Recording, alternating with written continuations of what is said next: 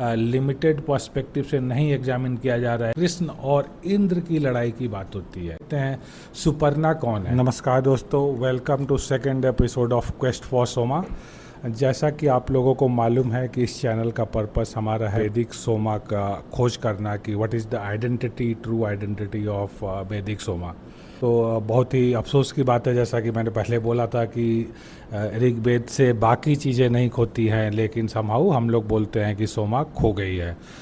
तो अब ये क्यों खोई है, सही में खोई है कि नहीं खोई है, ये सब बातें अभी फर्दर हमारे इन्वेस्टिगेशन में पता चलेगी, रिसर्च में। लेकिन आज के लिए अभी सबसे पहले हम लोग लिमिटेड स्टार्ट करते हैं सोमा के बारे में। तो सोमा से रिलेटेड एक ऋग्वेद में स्टोरी है। वो स्टोरी ये है कि सोमा को पहले अर्थ पर कहीं से चोरी करके लाया गया था। अब इस चोरी करने के लिए हमारे पास जो यूज होती हैं वो सुपर्णा बर्ड हैं, ईगल फाल्कन बर्ड, जो बाद में गरुड़ का फॉर्म आता है। गरुड़ देव का नाम आप लोगों ने सुना होगा। गरुड़ देव जो भगवान विष्णु के व्हीकल हैं, बाद में वो इवॉल्व होते हैं। Suparna gets evolve into Garud Dev. लेकिन अभी पॉइंट यह है कि फर्स्ट स्टोरी जो ऋग्वेद बोलता है कि सोमा आया कैसे, तो सोमा को लाया गया कहीं से, दूसरे प्लानेट से या दूसरे सिविलाइजेशन से, वो क्लियर नहीं ऋग्वेद बोलता है।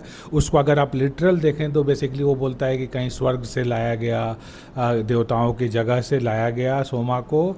वहाँ पर ये ऋग्वेद बोलता है कि वहाँ पर एक कृष्ण भगवान का नाम को ही थोड़ा सा ट्विस्ट करके लिखा हुआ है। कृष्णानु नाम के आदमी उसको गार्ड करता था। तो ये तो एक पहला सरप्राइजिंग बात है कि कृष्ण भगवान जैसा नाम का जिक्र मिलता है। वो आदमी इसको गार्ड कर रहा होता है सोमा को। और सुपर्णा नाम की बर्ड है, गरुड़ बर्ड है, वो बर्ड चोरी करके ये सोमा को अर्थ पर लाती है।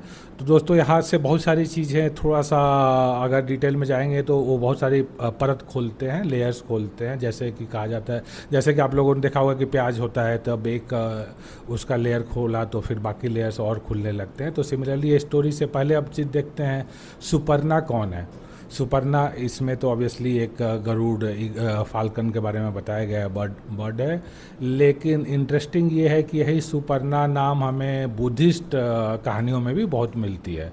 अब ये क्या क्रॉस कनेक्शन है, ये हमारे फर्दर डिटेल में पता चलेगा। लेकिन ये फर्स्ट चीज़ नोट करने के लिए है कि Suparna is also mentioned in वैदिक माइथोलॉजी। दोनों में से कौन पुराना है, कौन नया है, ये सब बातें we will be discussing in other episodes. Second aspect, जैसा कि मैंने बोला था कि कृष्ण भगवान जैसा आदमी, इस कृष्ण भगवान का नाम कृष्णाणु लिखा हुआ है जो इसको प्रोटेक्ट कर रहा है। अगेन अब ये समझ में नहीं आता है कि ये उसी कृष्ण भगवान की बात हो रही है जो जिसकी हम लोग पूजा करते हैं। वी कैन अज्यूम कि उनकी नहीं बात हो रही है, क्योंकि अगर वो प्रोटेक्ट कर रहे होते तो कोई सवाल नहीं था कि सुपर्णा या कोई बर्ड जो है उससे चोरी करके आती। लेकिन नाम का एक कोइंसिडेंस है। दूसरी चीज़ ये भी देखने को मिलती है, इसी में कृष्ण भगवान के नाम के कोइंसिडेंस से एक चीज़, एक परत और खुलती है कि अगर आप वेद देखेंगे तो वेद में ऐसे दो तीन जगह रेफरेंसेज है जिसमें कि बेसिकली कृष्ण और इंद्र की लड़ाई की बात होती है। उन लड़ाइयों में इंद्र ऑब्वियसली कृष्ण को हरा देते हैं। पहले इसका इंटरप्रिटेशन कुछ और होता था लोगों का, उस इंटरप्रिटेशन में मैं नहीं जाऊंगा कि इंद्र जो है वो बाहर से आए थे, इंडिया के बाहर से।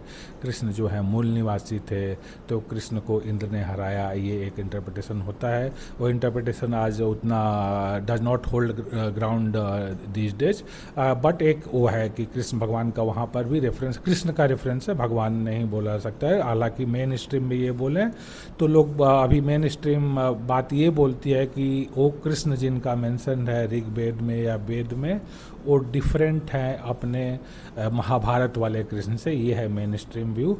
लेकिन नाम का कोइंसिडेंस बहुत सारे स्कॉलर्स को, स्पेसिफिकली अगर मैं अपने लॉयर वाले हैट से देखूं, तो एक डाउट क्रिएट करता है कि क्या ये मियर कोइंसिडेंस है कि वही कृष्ण का नाम इधर आ रहा है, और उस फर्स्ट कृष्ण जो वेद वाले कृष्ण हैं, उस वो कृष्ण को इंद्र हरा रहे हैं, तो वेद में इंद्र जीत जा रहे हैं कृष्ण के ऊपर।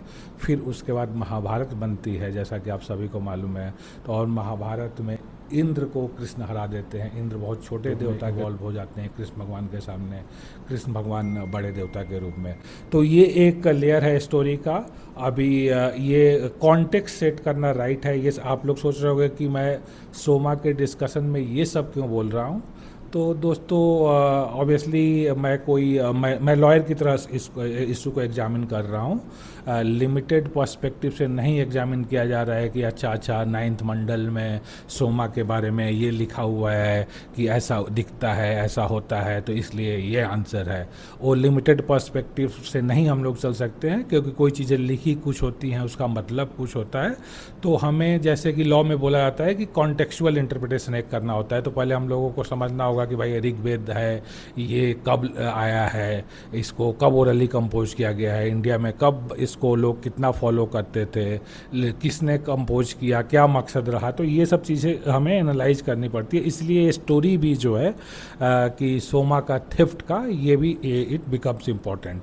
तो हमने इसमें आज के लिए हमने डिस्कस किया कि बेसिकली सोमा जो है वो दूसरे जगह से, दूसरे प्लैनेट से बोला जा सकता है, या स्वर्ग से चोरी करके सुपर्णा बर्ड जो है, सुपर्णा फाल्कन बर्ड में गरुड़ देव का रूप लेती है, वो बर्ड लेकर आती है, वो चोरी करती है, जिसके गार्ड कृष्णानु रहते हैं, वो कृष्णानु से चोरी करके लाती है। और सेकेंड और रिलेटेड पॉइंट मैंने बोला कि सुपर्णा का बुद्धिस्ट माइथोलॉजी में भी मेंशन्ड है, थोड़ा डिफरेंट कॉन्टेक्स्ट में, और कृष्ण का और बहुत सारा मेंशन है ऋग्वेद में इंद्र भगवान के अपोजिशन में। और जैसा कि हमने डिस्कस किया कि इंद्र भगवान और कृष्ण भगवान की लड़ाई में वेद में कृष्ण भगवान जीतते हैं, और बाद में महाभारत में वेद में इंद्र भगवान जीतते हैं। महाभारत में जैसा कि आप लोगों को मालूम है, कृष्ण भगवान ने उन्हें गोवर्धन पर्वत वाले उसमें बेसिकली शो किया था कि इंद्र भगवान is a minor deity as compare to our lord Krishna.